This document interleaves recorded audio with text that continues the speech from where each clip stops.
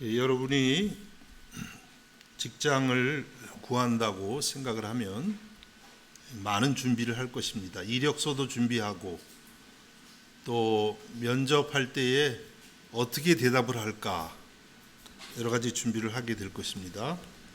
그러다가 이제 직장이 여러분을 받아들이기로 했습니다. 그러면 그때부터는 이제 직장에서 요구하는 임무가 주어집니다.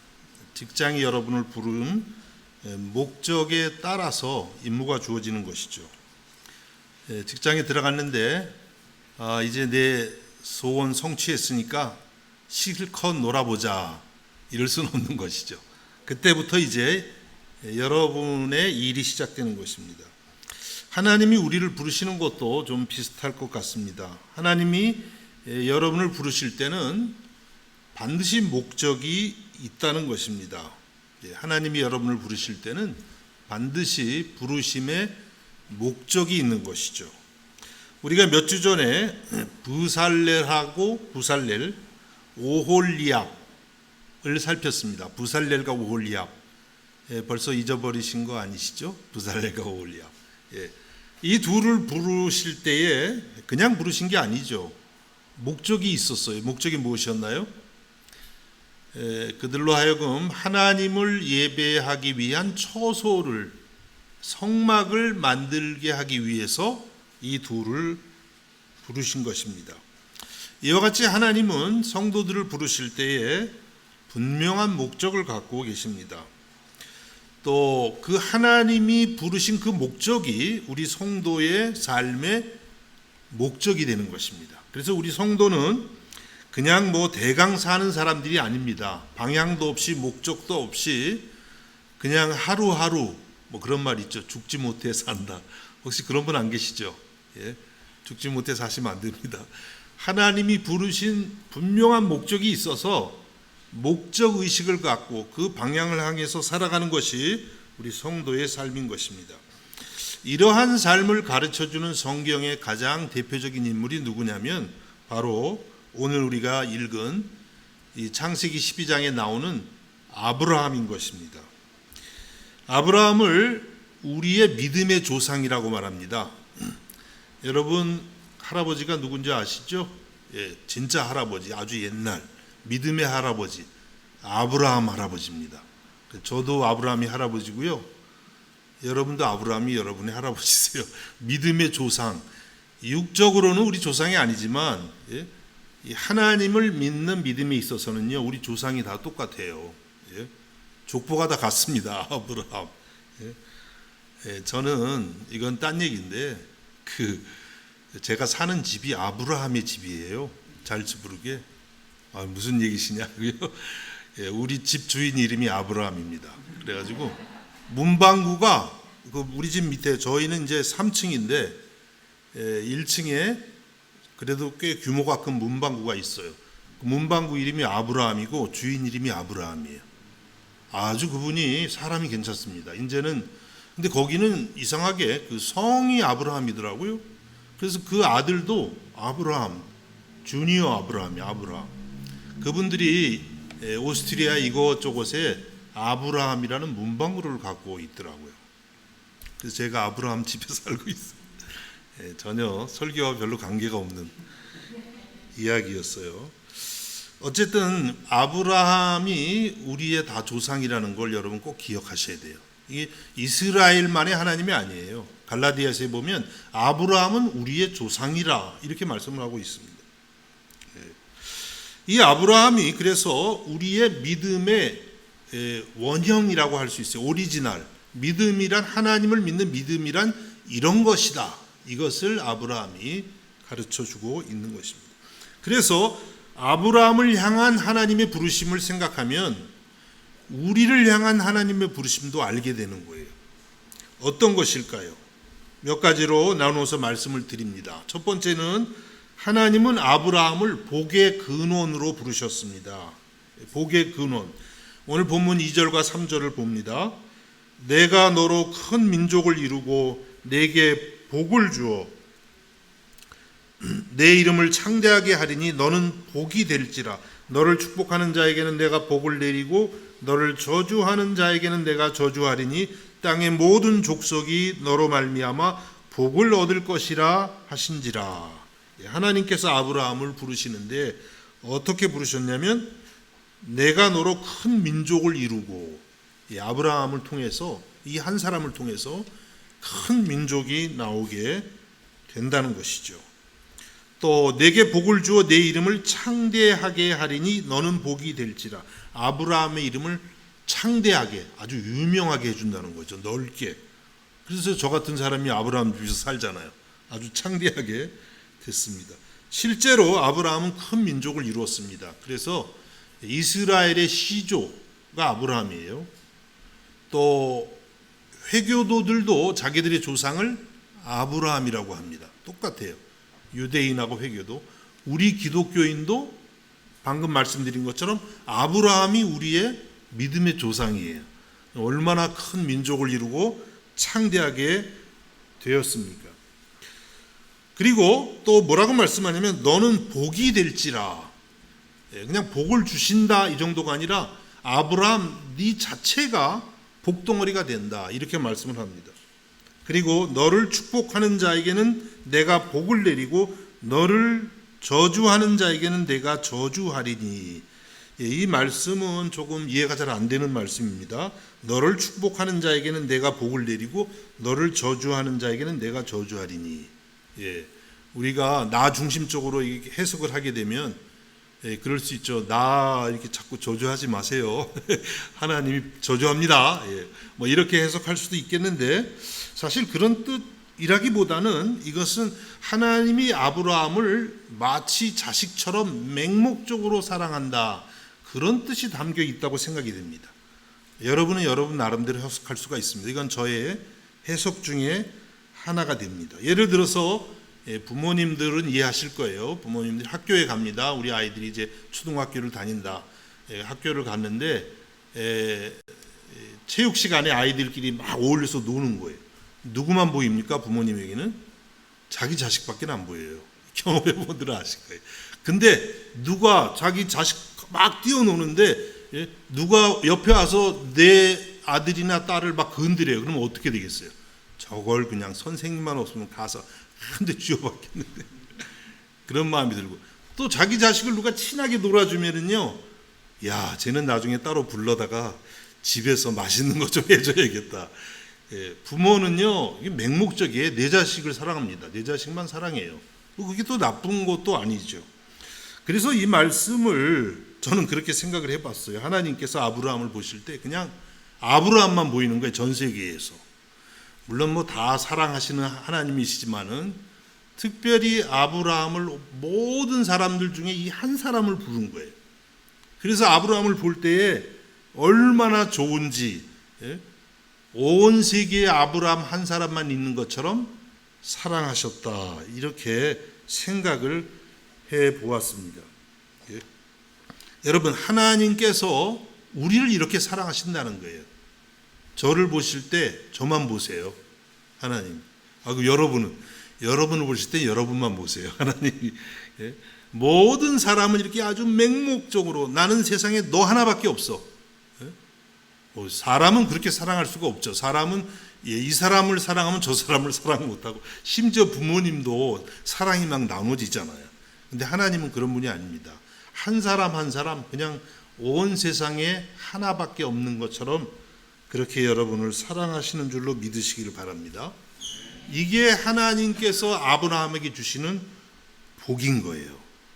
그래서 아브라함을 이렇게 복을 주시고, 또 아브라함을 통해서 이제 그 다음에는 여기서 끝나는 것이 아니라 그 다음에는 온 세상이 복을 받게 하겠다, 이렇게 말씀을 하셨습니다. 그래서 이 3절 말미에 보면은 땅의 모든 족속이 너로 말미암아 복을 얻을 것이라. 땅의 모든 온 세계가 아브라함을 통해서 복을 받게 된다고 말씀하셨습니다.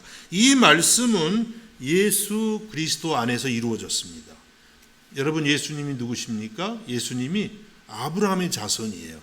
그래서 이 모든 족속이 너로 말미암아 복을 얻는다는 이 말씀은 궁극적으로는 아브라함의 후손인 예수 그리스도를 통해서 이루어졌습니다. 갈라디아서 3장 14절에 이는 그리스도 예수 안에서 아브라함의 복이 이방인에게 미치게 하고 또 우리로 하여금 믿음으로 말미암아 성령의 약속을 받게 하려 함이라. 그리스도 예수 안에서 아브라함의 복이, 이 창세기 12장에 약속하신 아브라함의 복이 온 이방인들에게까지도 미치게 되었다는 것입니다. 많은 이방인들이, 오늘 저와 여러분이 예수님을 믿어서 영원한 생명을 얻는 천국의 복을 얻게 되었다고 말씀하고 있습니다. 그래서 우리가 이 말씀에서 알 수 있는 것은 하나님은 우리를 불러서 먼저는 우리를 복 주세요. 하나님의 자녀로 나에겐 너밖에 없어. 얼마나 복이에요. 하나님이 이렇게 우리를 보실 때 이게 얼마나 큰 복입니까? 근데 거기서 끝나는 것이 아니라 하나님은 우리를 통해서 하나님의 복이 온 세상에 퍼져가기를 원하신다는 것입니다. 그래서 오늘 여기 말씀에 2절에 너는 복이 될지라, 이 말씀이 복의 근원이 된다 이런 뜻도 되고요, 복의 통로가 된다 이런 뜻도 돼요. 그래서 예전의 성경에서는 여기를 복의 근원이 된다 이렇게 말했어요. 복의 근원. 제가 청년 때 베델 성경 공부라는 것을 한 적이 있습니다. 독일에서 나온 성경 공부예요.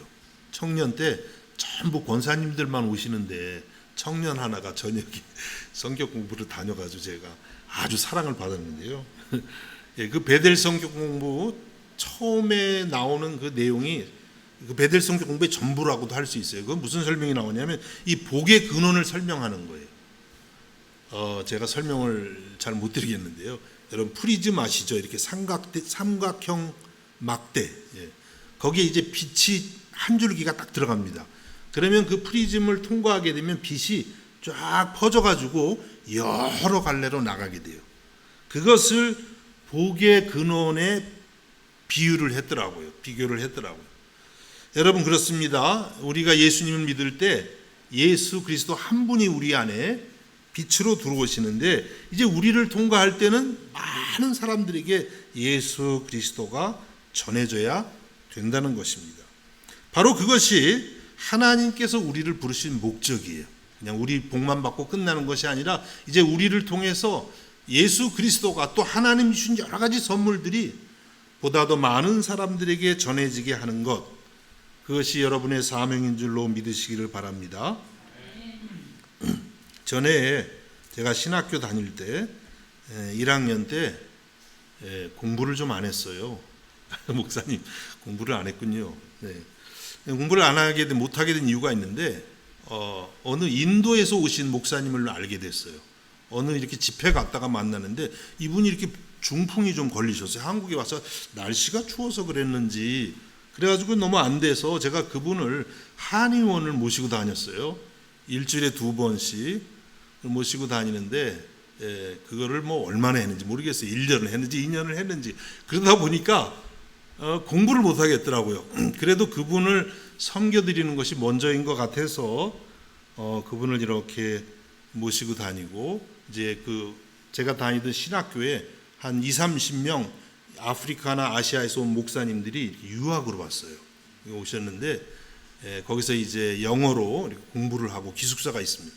그랬더니 그분이 몸이 많이 불편하니까 저도 그분의 이 방에 책상을 하나 두고 제 의자를 두고 거기서 사는 거예요. 수업 시간에는 잘 안 가고 거기 들어가서 그분 숙제도 해드리고 뭐 밥도 지어드리고 그렇게 이렇게 지내서 아주 가까이 지냈는데 그분이 인도의 미조람이라는 지역에서 오신 분이에요. 여러분 미조람 들어보셨어요? 인도 동부에 가면 미조람, 마니풀, 나갈랜드 이런 지방들이 있습니다. 거기 사는 사람들은요 우리랑 똑같아요. 정말 한국인보다 더 한국인처럼 생긴 분들도 많습니다. 거기서 이제 이렇게 오신 분인데 그분이 하루는 그러더라고요. 자기가 한국에 올 때에 기도 제목이 하나 있었대요. 그건 뭐냐면 하나님 저를 복의 근원으로 써주십시오. 그리고 저를 통해서 그분 영어로 그대로 옮기면 월드 미션, 세계 선교의 역사가 일어나게 해주십시오. 그런 기도를 하고 왔대요. 근데 제가 그 얘기를 듣는데 믿거나 말거나 월드 미션이라는 그 단어가 살아서 그냥 제 영혼에 다가오는 느낌이었어요. 너무 충격을 받아서 말을 못하고 가만히 서 있었지만 그 단어를 잊을 수가 없습니다. 그래서 제가 그때 생각한 것이 내가 참 세계 선교를 해야겠구나 이런 생각을 또 다시 하게 됐고, 그 다음에는 복의 근원이 된다는 게 쉬운 일이 아니구나 이런 생각을 해봤어요. 그분이 복의 근원이 저에게 복의 근원이 되셨어요. 예? 그런데 그렇게 되기 위해서는요 중풍도 걸렸던 거예요. 얼마나 어려. 그게 안 걸렸으면 저랑 만남도 안 이루어지고, 어쨌든 그래도 그분이 많이 회복돼 가지고 졸업 논문을 쓰고 석사학위를 받고 인도로 돌아가셨습니다. 저는 그때 생각한 것이 이 복의 근원이 된다는 게 이게 쉬운 일이 아니구나. 우리의 희생과 수고가 반드시 따라야 되는구나 이런 생각을 해봤습니다. 바로 우리 예수님이 그렇게 하셨습니다. 복의 근원이 되기 위해서 십자가에서 자기를 버리신 것이죠. 여러분, 우리들도 복의 근원으로 부름을 받았습니다. 그냥 되는 게 아니에요. 뭐 복의 근원이 되겠지 이런 걸로 되는 게 아니라 우리들이 날마다 주님의 십자가를 따라 조금씩 헌신하고 희생함을 통해서 예수 그리스도가 하나님이 주신 복들이 우리를 통해서 많은 이들에게 전해질 줄로 믿습니다. 이렇게 하나님은 여러분을 복의 근원, 복의 통로로 부르신 것을 잊지 마시기를 바랍니다. 그 다음 두 번째는 하나님은 아브라함을 순종의 사람으로 부르셨습니다. 혹은 믿음의 사람으로 부르셨어요. 본문 1절 말씀에 보니까 여호와께서 아브라함에게 이르시되 너는 너의 고향과 친척과 아버지의 집을 떠나 내가 내게 보여줄 땅으로 가라. 하나님이 아브라함에게, 아브라함이 되기 전에 아브라함이었죠. 너의 고향과 친척과 아버지의 집을 떠나라. 내가 내게 보여줄 땅으로 가라. 이렇게 말씀을 했어요. 고향 땅, 친척, 아버지 집을 떠나라. 이렇게 말씀하신 것입니다. 여러분, 요즘도 고향을 떠나는 일은 쉽지 않습니다. 여러분 유학하러 오신 분들 그냥 뭐 산책하듯이 오셨죠? 그렇지 않을 거예요. 고민을 많이 하고 그런 분들도 많더라고요. 내가 어쩌다 여기로 왔나. 원래 목표는 여기가 아니었는데 어떻게 하다 보니까 그냥 나도 모르게 오스트리아에 왔다. 이런 분들도 있어요. 또 이곳에 정착하러 오신 분들은 뭐 얼마나 어려웠겠어요. 보통 결단이 아니었을 것입니다.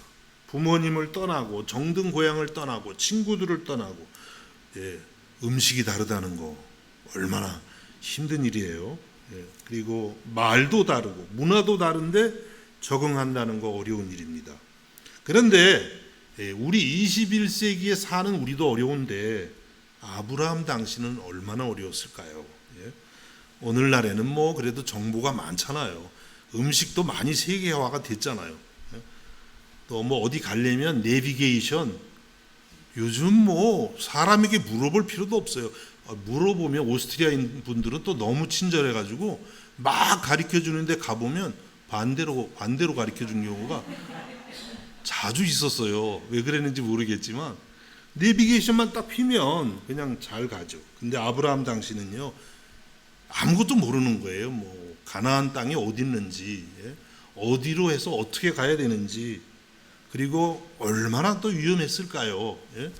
뭐 이렇게 들고 다니면은 그냥 중간에 강도들이 나타나서 다 뺏어가고 죽일 수 있는 그런 시대입니다. 그런데 오늘 4절에는 이렇게 말씀합니다. 이에 아브라함이 여호와의 말씀을 따라 갔고 롯도 그와 함께 갔으며 아브라함이 하란을 떠날 때 75세였더라. 아브라함이 하나님의 말씀을 따라 갔다고 했습니다. 아마도 아브라함 주변에서는 많이 말렸을 것 같아요.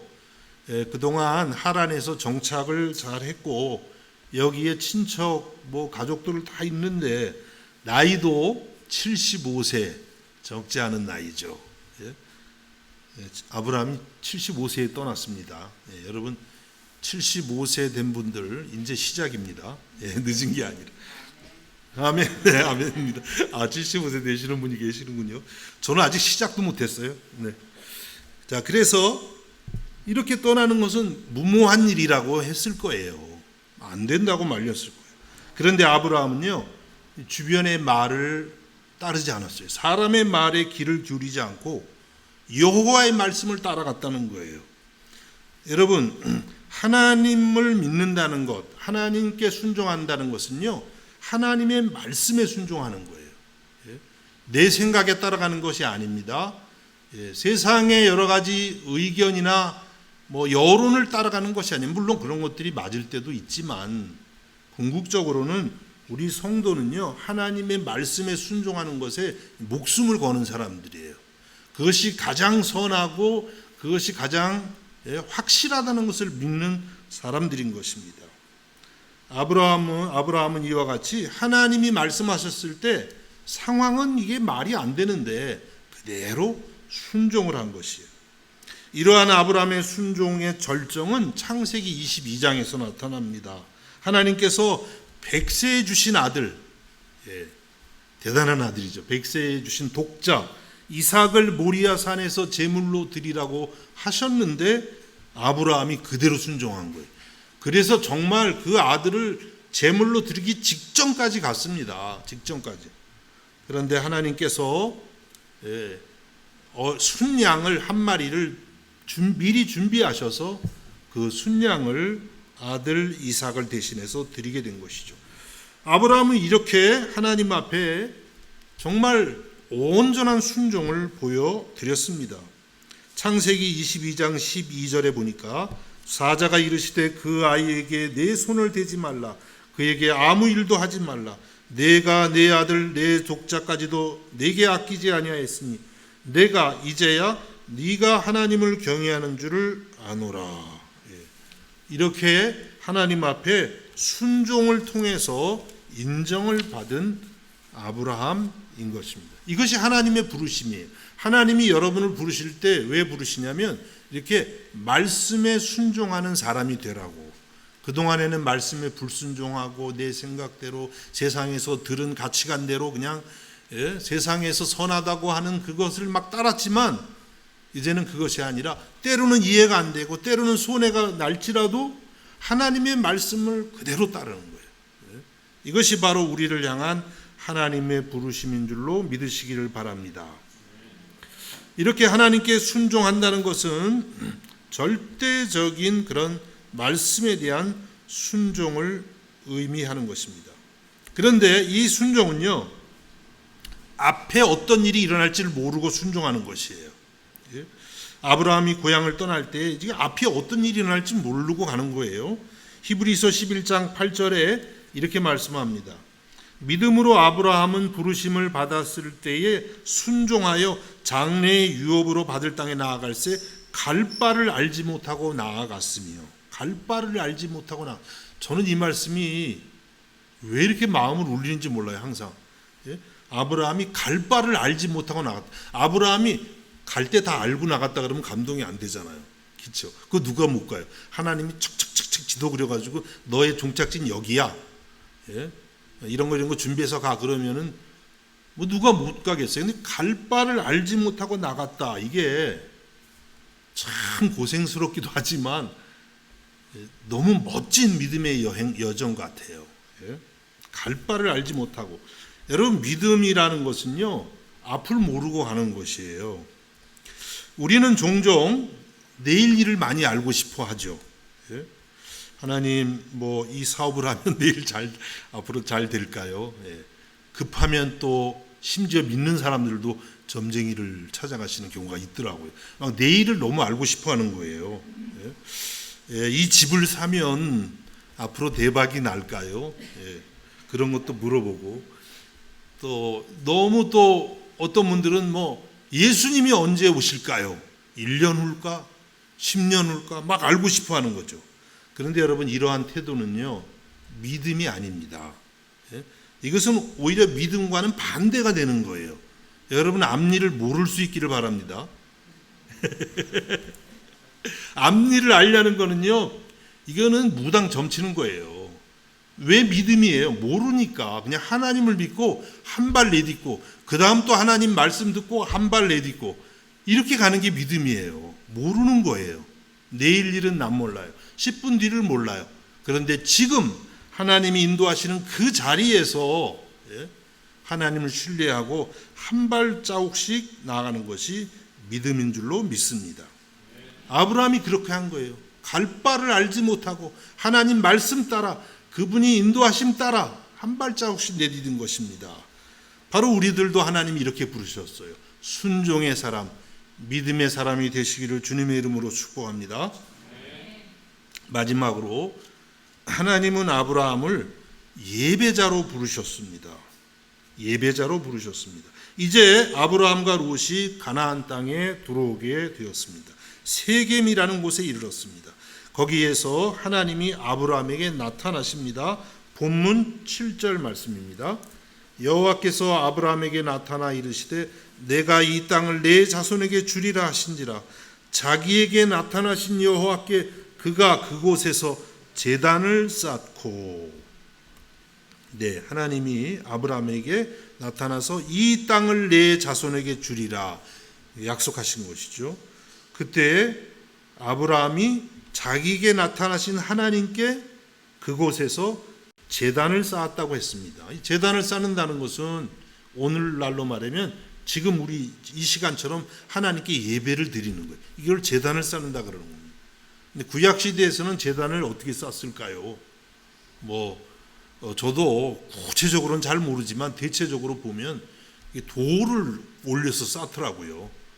돌들을 또 이렇게 막 다듬지 않고 거친 돌 있죠.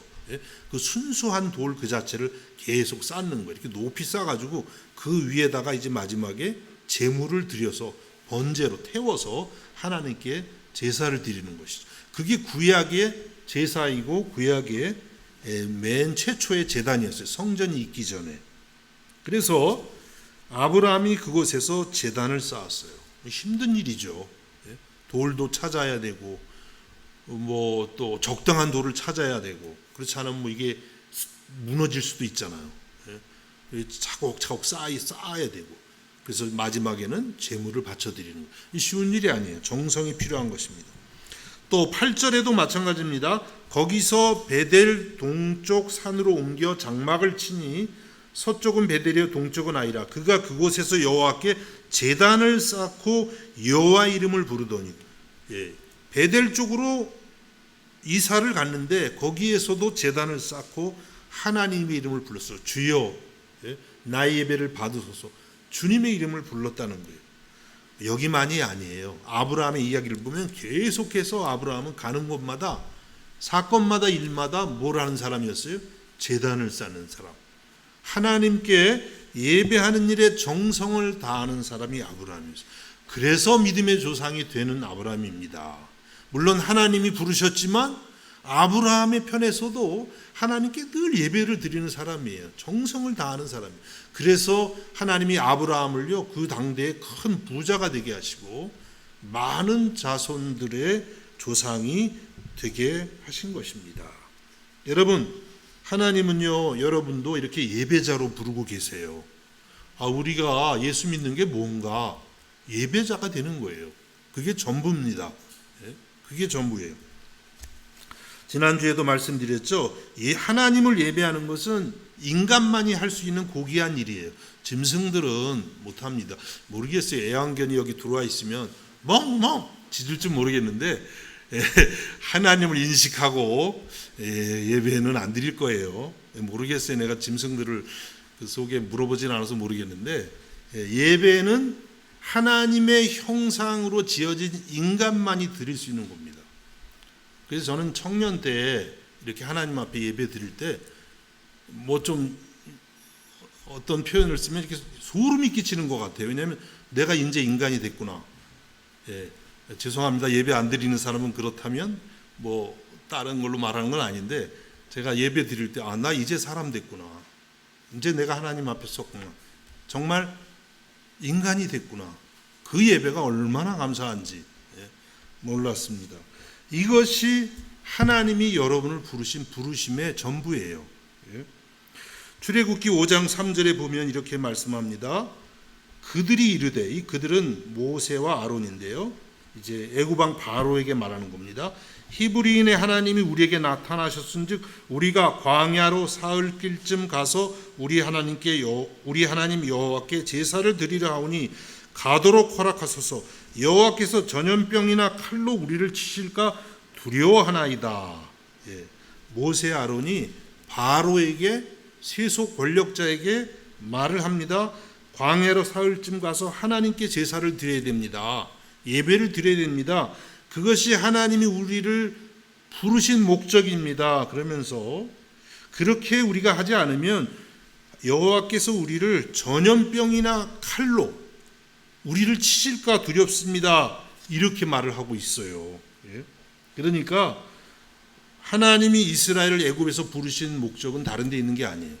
하나님 앞에 예배를 드리기 위해서. 그거 안 하면 전염병이나 칼로, 전쟁으로 이스라엘을 치겠다고, 칠 것이라고 그렇게 말씀을 한 것입니다. 이 말씀은 하나님의 백성들에게 있어서 예배란 그냥 선택사항이 아니에요.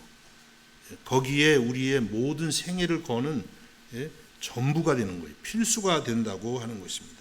그렇습니다, 여러분. 하나님은 여러분을 예배자로 부르셨습니다. 예배란 성도가 하나님께 드릴 수 있는 최상의 일이 되는 것입니다. 여러분 봉사 다른 거 안 하셔도 괜찮습니다. 사실은 예배만 잘 드리면요, 그게 최상의 하나님을 향한 봉사예요. 여러분 영어 독일어 써서 죄송합니다만 영어로 예배가 뭔지 아시죠? worship service입니다. 예? 서비스예요. 하나님께 드리는 최고의 서비스가. 여러분 하나님도 서비스 바라시나 봐요. 하나님께 예배를 드리는 게 지금 이게 최고의 하나님을 향한 봉사가 되는 거예요. 독일어에는 뭐라 그랬어요? 좀 더 확실한 것 같아요. 고테스딘스트. 딘스트 아시죠? 일, 서비스 일. 하나님께 드리는 최고의 일이 바로 예배라고 하는 것입니다. 그래서 여러분 우리는 신앙생활하면서 다른 일들은 좀 소홀히 해도 괜찮아요. 잘 못해도 괜찮습니다. 그러나 예배만은 하나님 앞에 우리가 정성을 다해야만 되는 줄로 믿습니다. 신명기 6장 4절과 5절에서 이렇게 말씀합니다. 이스라엘아 들으라. 우리 하나님 여호와는 오직 유일한 여호와시니 너는 마음을 다하고 뜻을 다하고 힘을 다하여 내 하나님 여호와를 사랑하라. 예, 하나님께서 우리들에게 주신 제1의 계명이에요. 그 계명이 뭡니까? 마음을 다하고 뜻을 다하고 힘을 다해서 하나님을 사랑하라는 거예요. 이 말씀을 우리가 어떻게 실천할 수가 있겠어요? 바로 하나님께 드리는 예배를 통해서인 것입니다. 그래서 우리는 우리의 예배가 언제나 마음을 다하고 뜻을 다하고 힘을 다해서 드리는 예배가 될 수 있기를 바랍니다. 그때 하나님께서 아브라함을 축복하신 것처럼 그와 같은 예배자를 축복하시고 그와 같은 교회와 가정을 축복하시고 그와 같은 민족을 축복하실 줄로 믿습니다. 이와 같은 은혜가 임하시기를 주님의 이름으로 축복합니다. 기도하겠습니다. 하나님 아버지, 믿음의 조상 아브라함을 부르신 것처럼 우리들을 불러주심을 감사드립니다. 아브라함을 향한 부르심이 곧 우리를 향한 부르심을 믿사오니 이 부르심을 늘 생각하면서 응답하고 순종하는 우리가 되게 하여 주옵소서. 예수님의 이름으로 기도하옵나이다. 아멘.